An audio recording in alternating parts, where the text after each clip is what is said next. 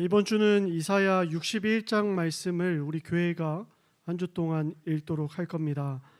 하여 오늘 우리에게 주시는 하나님의 말씀은 이사야 61장 1절에서 3절 말씀입니다.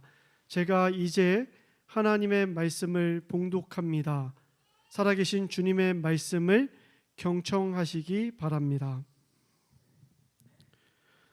주님께서 나에게 기름을 부으시니 주 하나님의 영이 나에게 임하셨다.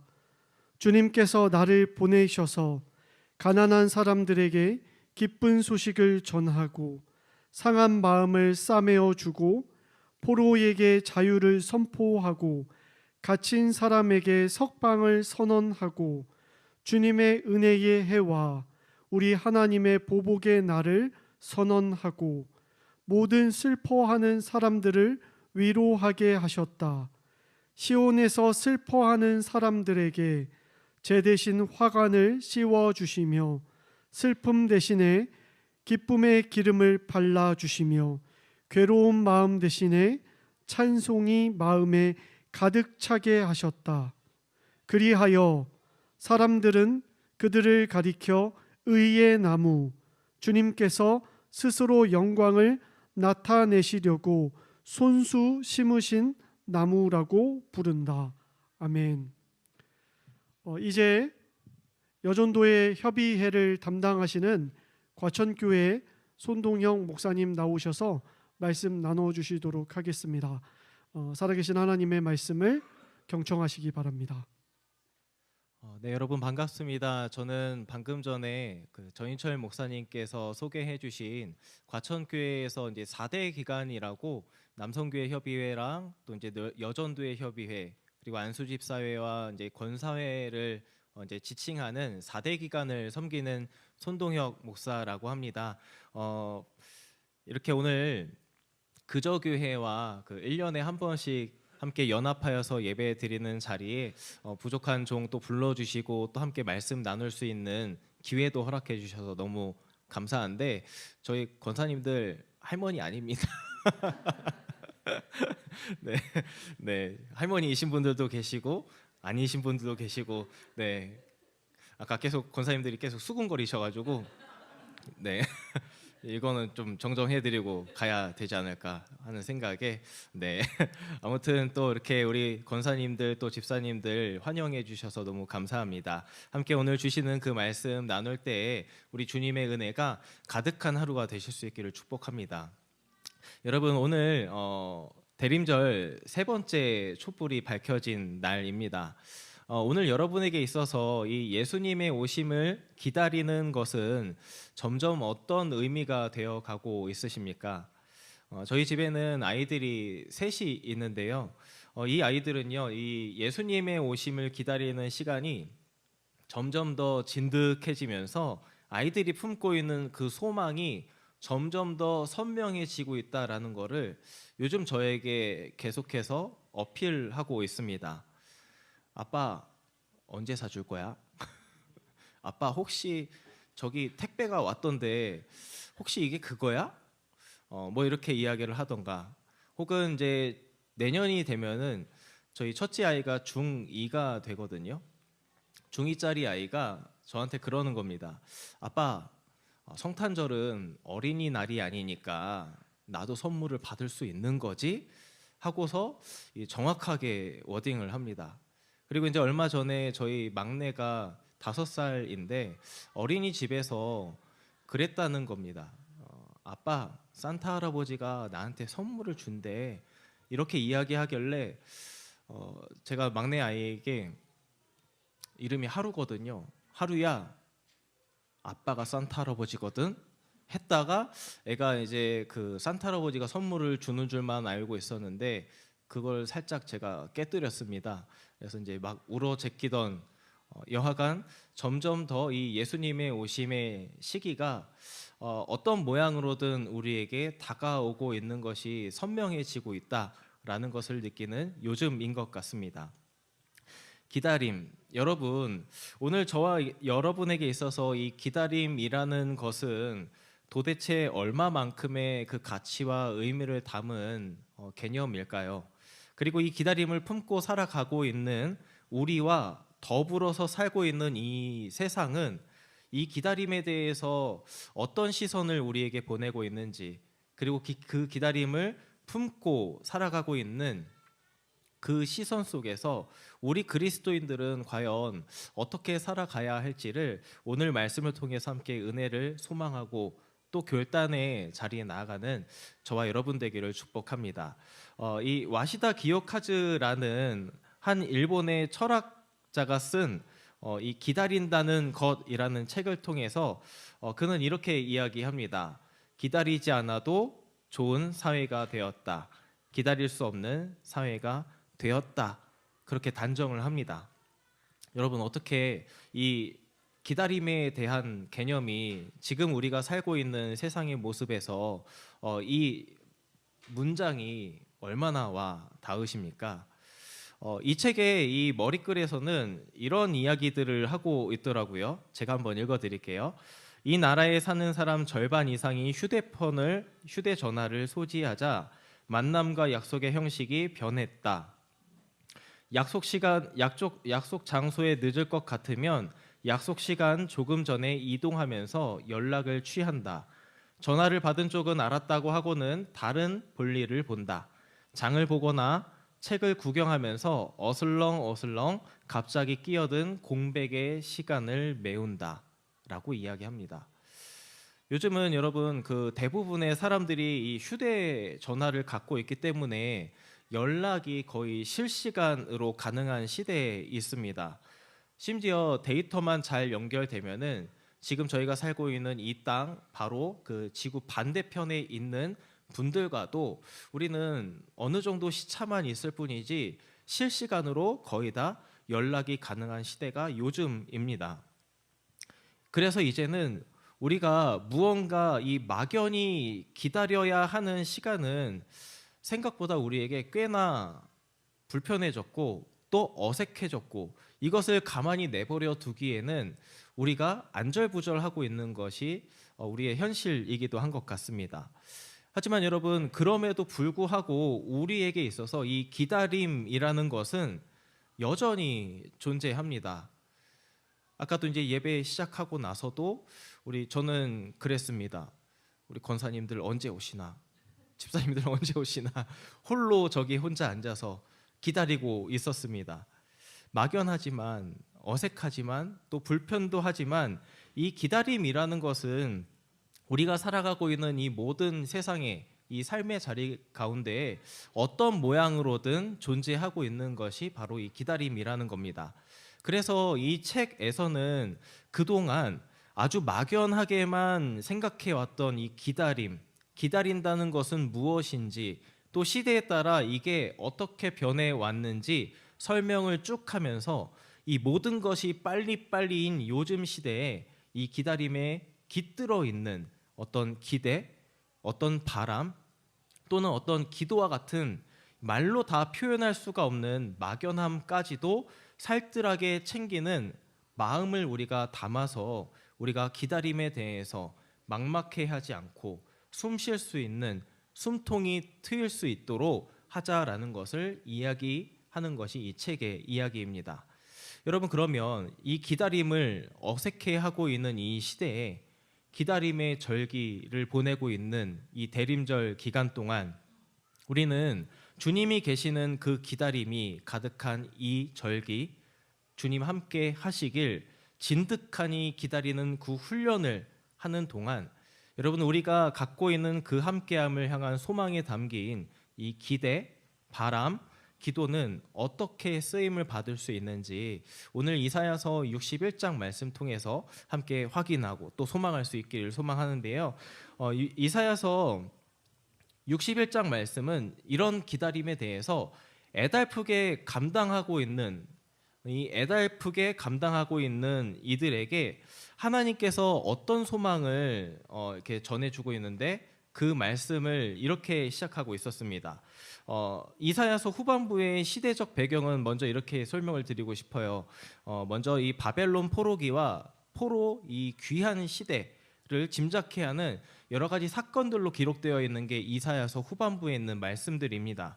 그래서 이스라엘을 압제하고 또 핍박하던 그 시대적인 상황에서 하나님은 그의 이 종을 통해서 포로 시기 중에서도 여전히 그들의 이 믿음을 붙들고 있던, 그 믿음을 여전히 붙잡고 있던 남은 자들이라 할 수 있는 그들을 구원하시겠다 하는 그런 약속과 또 이 포로 귀환 시기에는 여전히 그들에게 남아있는 이 바벨론 우상 숭배에 관련된 여러 가지 관습들과 여러 이 문화를 씻어내어서 너희들이 무엇을 해야 되는가? 영적인 회복을 소망해야 된다라는 그 말씀을 선지자 이사야를 통해서 부르짖던 외침이 가득했던 것이 이사야서 후반부의 말씀입니다.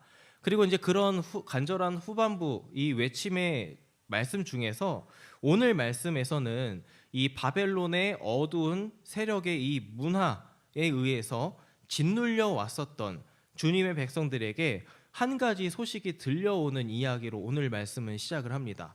1절 말씀을 보면은 이렇게 이야기를 합니다. 같이 한번 읽어봅니다. 주님께서 나에게 기름을 부으시니 주 하나님의 영이 임하셨다. 주님께서 나를 보내셔서 가난한 사람들에게 기쁨에 전하고 상한 마음을 싸매어 주고 포로에게 자유를 선포하고 갇힌 사람에게 석방을 선언했다라는 겁니다. 보시면 여러분, 가난하고 마음이 상하고 포로가 되었던, 그렇게 갇혀있던 사람들, 즉 지금 속박당하고 어떤 존재로부터 나에게 있는 이 모든 자유를 빼앗겼던 사람들에게 무엇이 전해졌는가? 아름다운 소식, 기쁜 소식이 전해집니다. 주 하나님의 영이 내린 이 존재를 통해서 상한 마음은 쌈에서 고쳐주시고 포로에게는 자유를 주고 갇힌 사람에게는 석방을 선언하신다는 아름다운 소식입니다.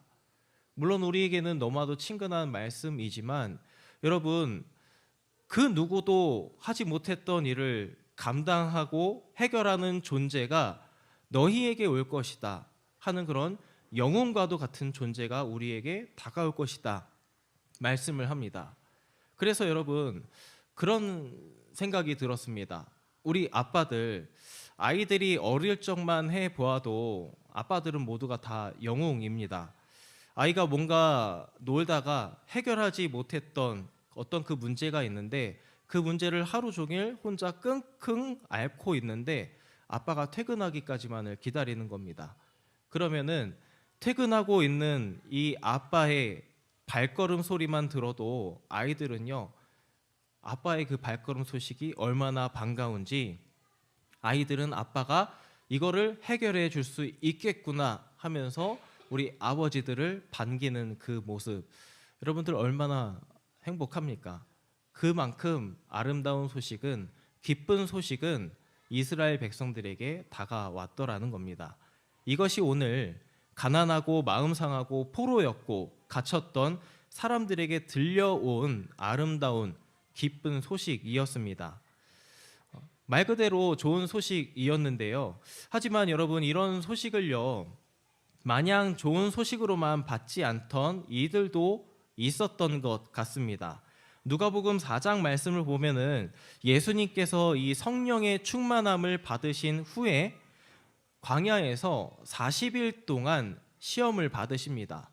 그리고 그 시험을 다 하신 후 갈릴리에 있는 여러 회당에 가시면서 하나님 말씀을 가르치시던 중에 오늘 제가 설명을 드리려고 하는 그런 말씀은 펼쳐집니다.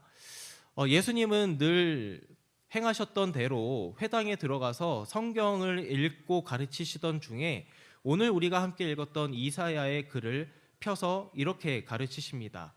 같이 한번 읽습니다. 주님의 영이 내게 내리셨다. 주님께서 내게 기름을 부으셔서 가난한 사람에게 기쁜 소식을 전하게 하셨다. 주님께서 나를 보내셔서 포로된 사람들에게 해방을 선포하고 눈먼 사람들에게 선포하고 억눌린 사람들을 풀어주고 주님의 은혜의 해를 선포하게 하셨다. 아멘. 누가복음에서 예수님이 가장 첫 번째로 말씀을 가르치신 장면이 바로 이 기록이었습니다. 은혜의 해가 되면 가난한 자에게, 포로된 자에게, 이 눈멀고 눌린 자에게 복음을 주고 자유를 주고 해방을 주겠다, 눈뜸을 주겠다, 그렇게 전파하러 자신이 왔다는 이 좋은 소식, 아름다운 소식을 예수님께서는 선포하셨습니다. 그런데 여러분, 20절 말씀을 보면은 그런 이야기가 나옵니다. 같이 한번 읽어볼까요?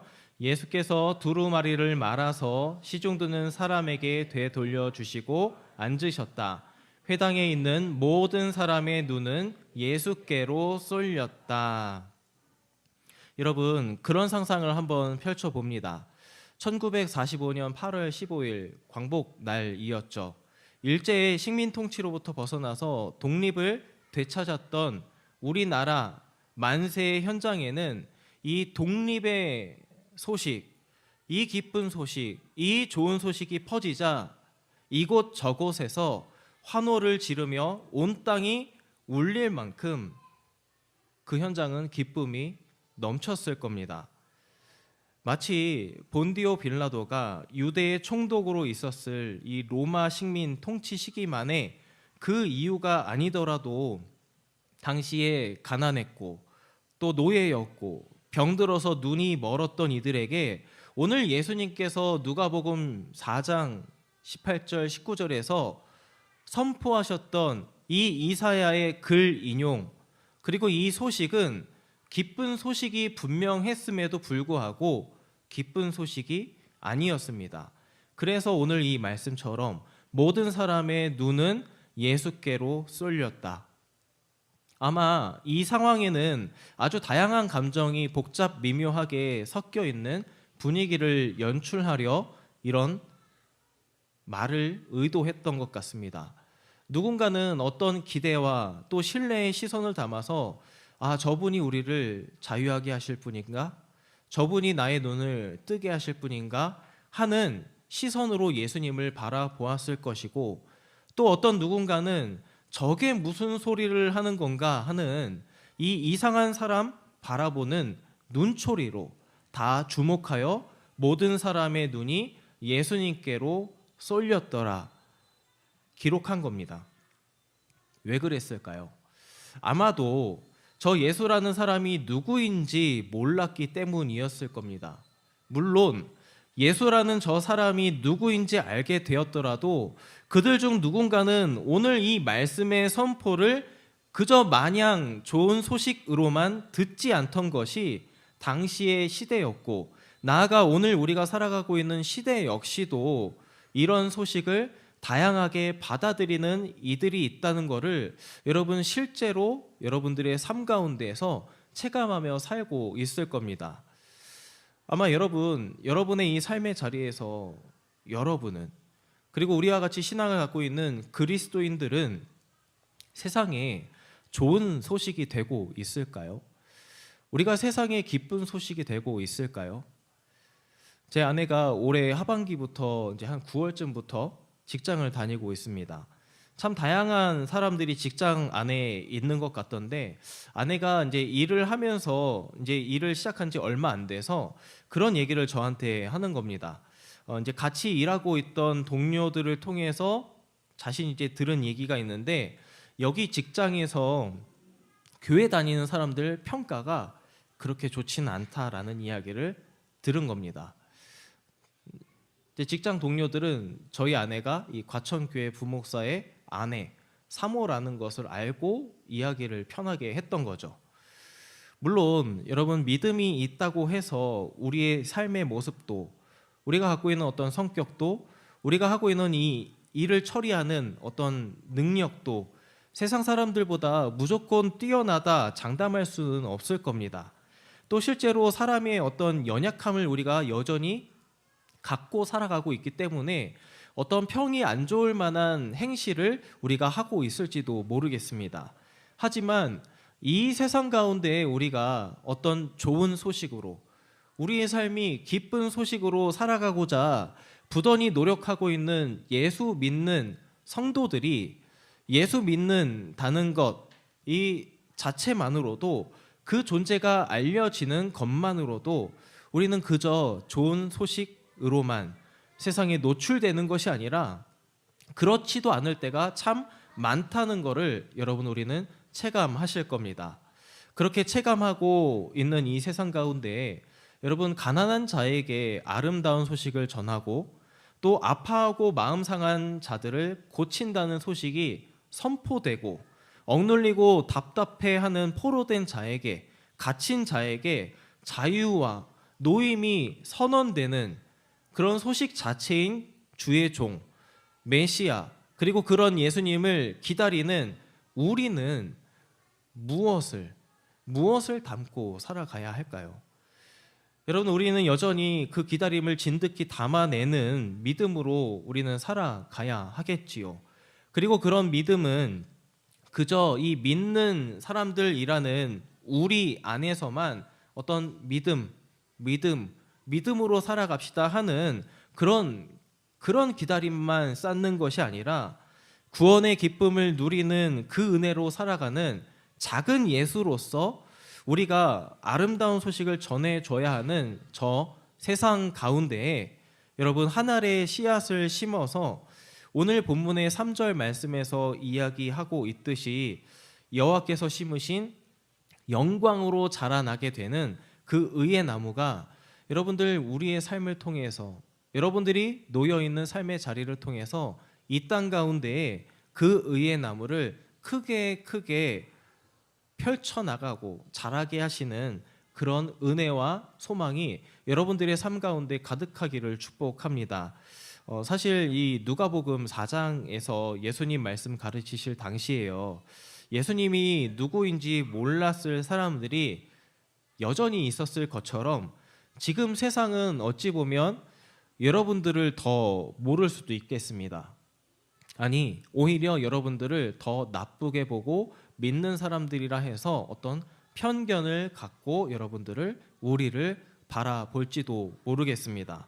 심지어 이 주님의 다시 오심을 기다리고 온 세상을 구원하실 주님을 향한 그런 믿음을 담아내는 우리 신앙 이 여정들을 가벼이 보고 때로는 멍청하다 손가락질 하는 것이 오늘 저와 여러분이 놓여 있는 삶의 자리일지도 모르겠습니다.